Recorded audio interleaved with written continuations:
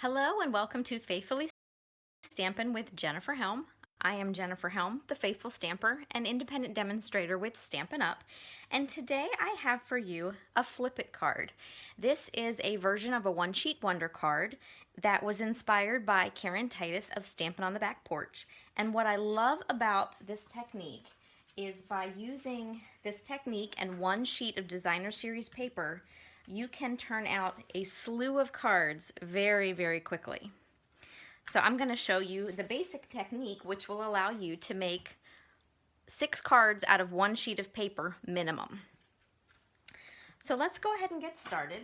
You will need a paper trimmer for this and a sheet of paper that measures 12 by 12. I am using one of the pieces from the Sweet as a Peach suite. And what is key to this technique is that you pick a piece of designer series paper where you like both sides of the paper. So rather than mixing and matching several sheets, we're just using one sheet that we like both sides of. So this is 12 by 12. And you can definitely pare it down if you only want to make one card using this technique, but it's a really quick way to make a minimum of 6 really, really quickly. So one thing to keep in mind is your pattern with your paper. You want it to be vertically oriented, and then be careful how you cut it. So what I'm going to do, I have my paper the way I want my pattern to be on the card. So I'm going to turn it sideways and put it in my paper trimmer and line it up to cut at 5 inches. So then I have a panel that is 5 by 12. And then I'm going to repeat. So that will leave me with a 2-inch by 12-inch strip that I can set aside to use on other cards. And then I'm going to take the 5 by 12 panels, put the 12 inches at the top, and I'm going to cut at 3 3/4 inches. And you will get 3 of these out of each 5 by 12 panel. And when you're done cutting, you'll have 2 of these left over. So by the time you are finished cutting, you will have 6 of these panels that measure 5 by 3 3/4. So if you only want to make one, that's all you need is one panel that measures 5 by 3 3/4. And I'm going to quick snip the end off this scrap to use later. And now here's where the flip it technique comes in. What we're going to do is we're going to take this panel that's 5 by 3 3/4 and we're going to cut it along the 5-inch side and then flip one of them over to mix and match the papers. Now you have options here.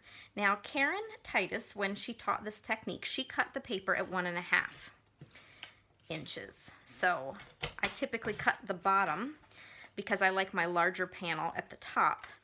But if you see, when I put it together, this is what it's going to look like. And I do like this very much, so I'm going to go ahead and cut 2 panels like this. Sometimes I just take a look and see which portion of the paper I might want to cut off. But I like to give myself options, so I'm going to cut 2 of these right down the middle at 2.5. And that's what I'm going to use tonight to show you to make our card. And you can experiment. You could go with 3 inches, you could go with 2 1/4, 2.5, totally up to you where you cut your card. I'm actually going to slide mine down to about 2 3/4 so I can get this nice big peach here. Actually, maybe more like 3. Yeah, I think I like 3 inches on that one. So you have a whole lot of options when you are cutting your paper. And all you have to do is make sure they match up to equal 5 inches and you're good to go. So enough of the cutting and the paper trimming. And set that to the side now. So I have these 2 pieces that I'm going to work with. So I'm going to start building my card. I am going to use a piece of cardstock that is 8.5 inches wide by 5.5 inches tall.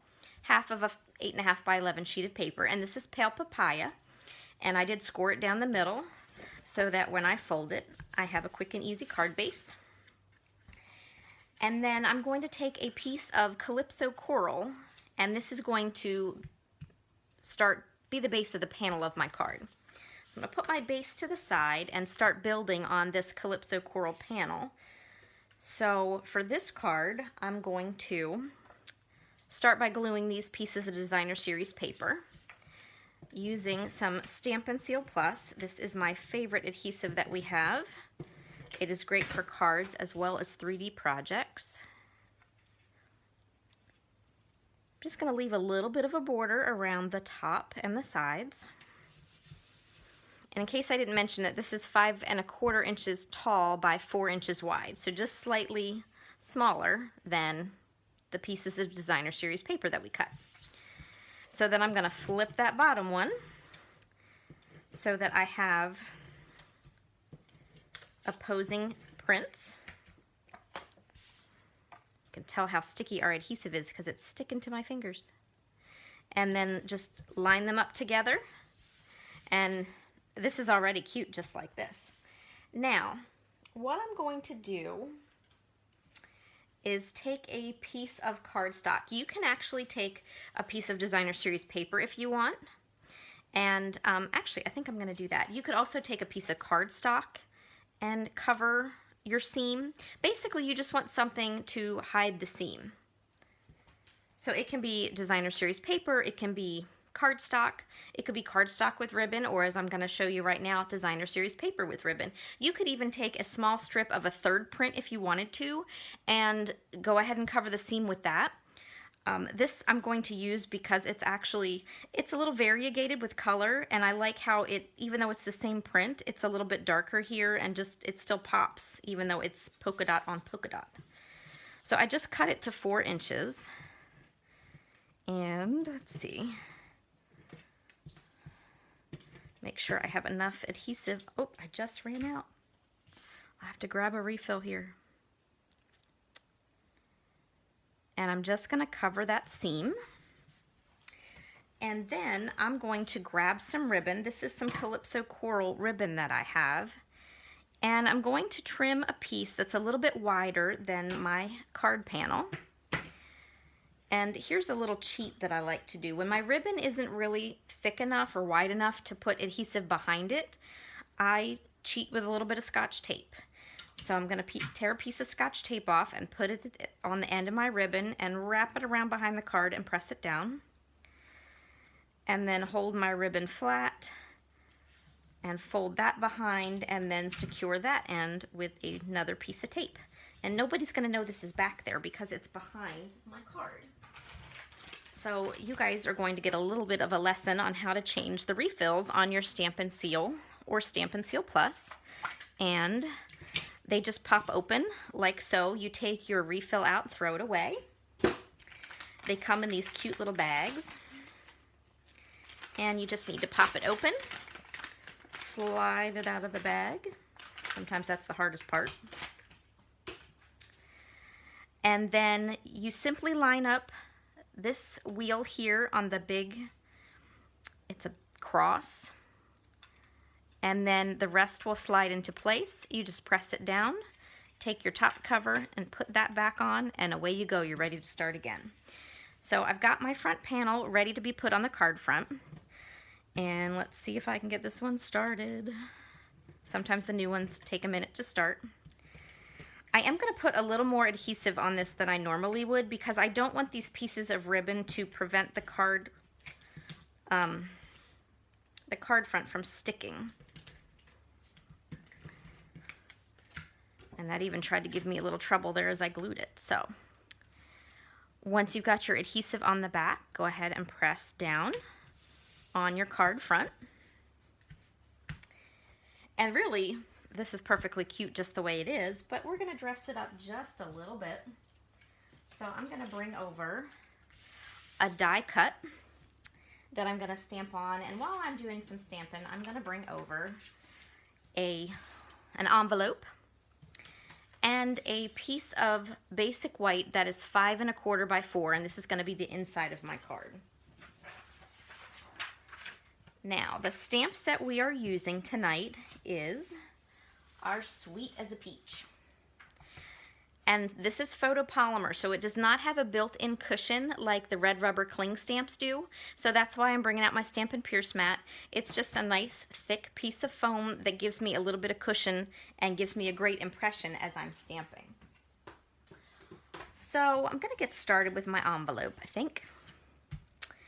I am going to use Pale Papaya ink to stamp a peach. And let's see. You just need to tap gently. Don't do CPR on your stamps. They don't need to be smothered in your ink pad. And what I love about this stamp in particular, this is one of our distinctive sets. And so you might be thinking, oh, you didn't get ink on the whole thing. I actually did. This is how the stamp is supposed to look. It's supposed to give you that mottled look like an actual peach. I'm gonna go ahead and pull my insert over because I'm also gonna stamp another peach down here at the bottom. Now, while I have this in front of me, I'll go ahead and stamp my sentiment for the inside of the card, which I almost did in the wrong color ink. Not that that's a crime or anything. You can mix and match.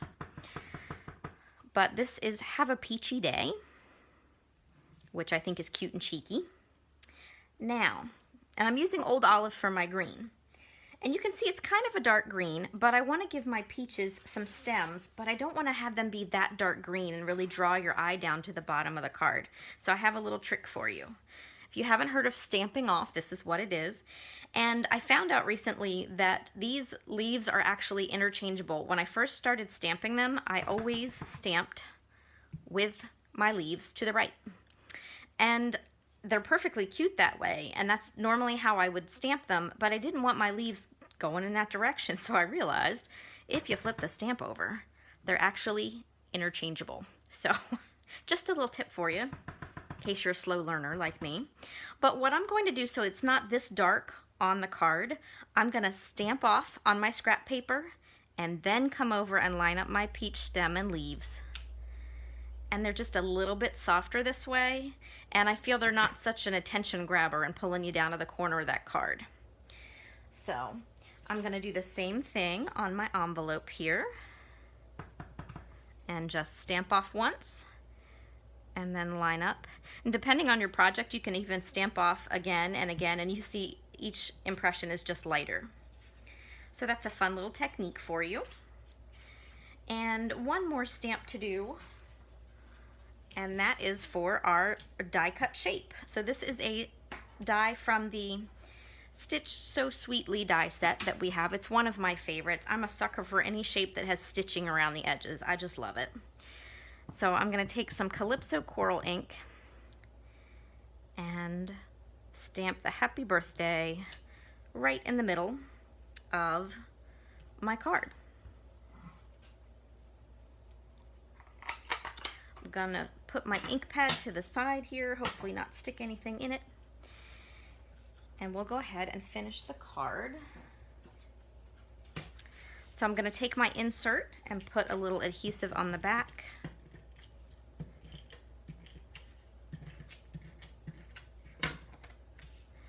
And this goes on the inside. I always triple check to make sure I've got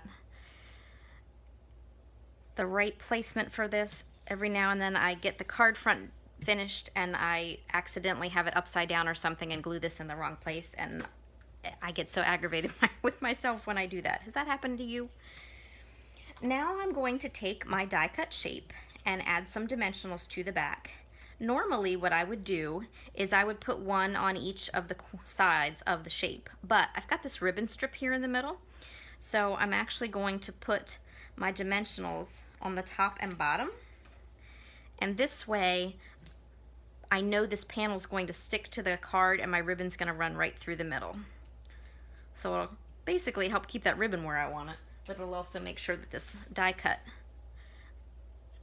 sticks to the front of the card. So I'm going to put that just there. I love how those peaches show.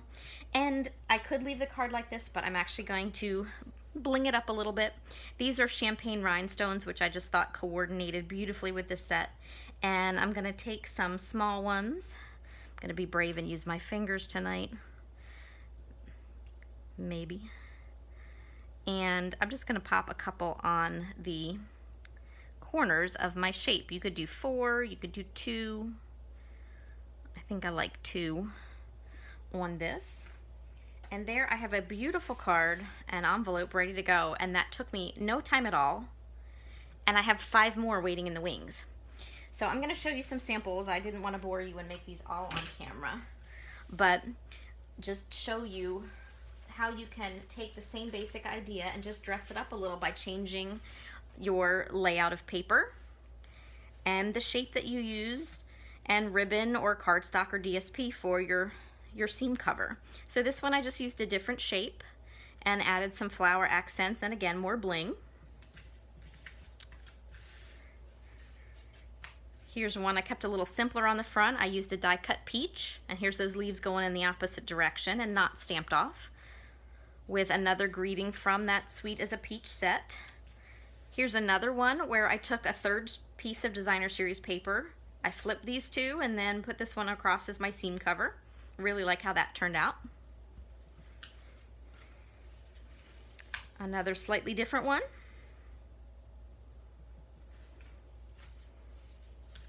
Similar to the first one that we made with some different ribbon and cardstock to cover that seam. And then here's another fun one using a different image from the set. This is using the smaller set of peaches. So I churned these out in no time at all. So I think it's great if you need to up your inventory of cards, for if you just like to have a bunch of birthday cards on hand. This is a perfect way to do it. And I wanted to show you, this is not just for girly cards, you can use them for masculine cards as well. And I want to tell you about this stamp set and die set because I just broke it out for the first time today and I'm in love with it. In our new January to June catalog, which expires at the end of this month, and if you don't have a consultant you're already working with, I would love to be yours and be happy to send you a catalog. So go ahead and find me on thefaithfulstamper.stampinup.net, and you can either shop right there online or get in touch and I'll be happy to get you a catalog in the mail. So this is on page 35 of our January to June catalog, and this stamp set is carrying forward, so you will find it in our annual catalog as well. But this is called Many Messages, and I love it because there are 23 images in this stamp. It's one giant stamp. It's about as big as my hand. But this whole thing stamps at one time. You're not going along stamping all these individual sayings. You stamp the whole thing at one time, and then it has a coordinating die where you die cut these all out at one time.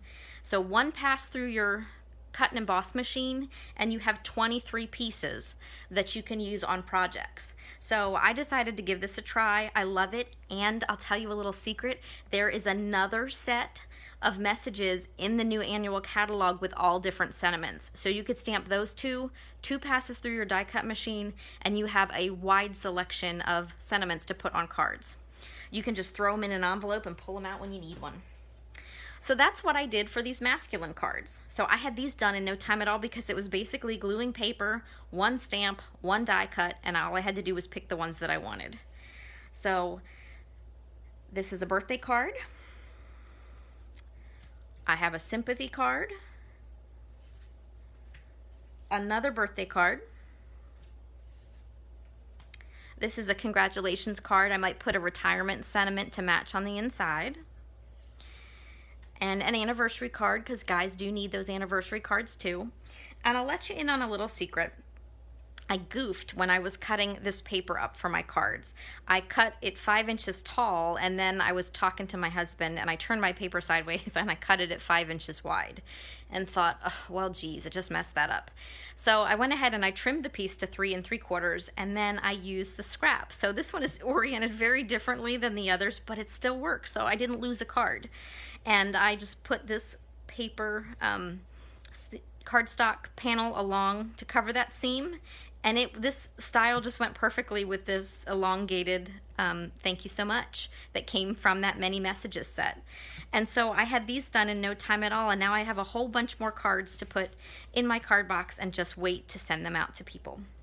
So I hope you enjoyed learning how to make this Flip It card technique. Again, it can be used for 1 card or for 6 with that one sheet wonder variation technique. So thank you so much for watching. I hope you'll reach down and hit that subscribe button. I'd love to have you come back and watch more of my crafting videos. I typically go live twice a week on my Facebook page over at The Faithful Stamper and here on Faithfully Stampin' with Jennifer Helm. Thank you so much for tuning in. I hope you have a great day. Happy crafting.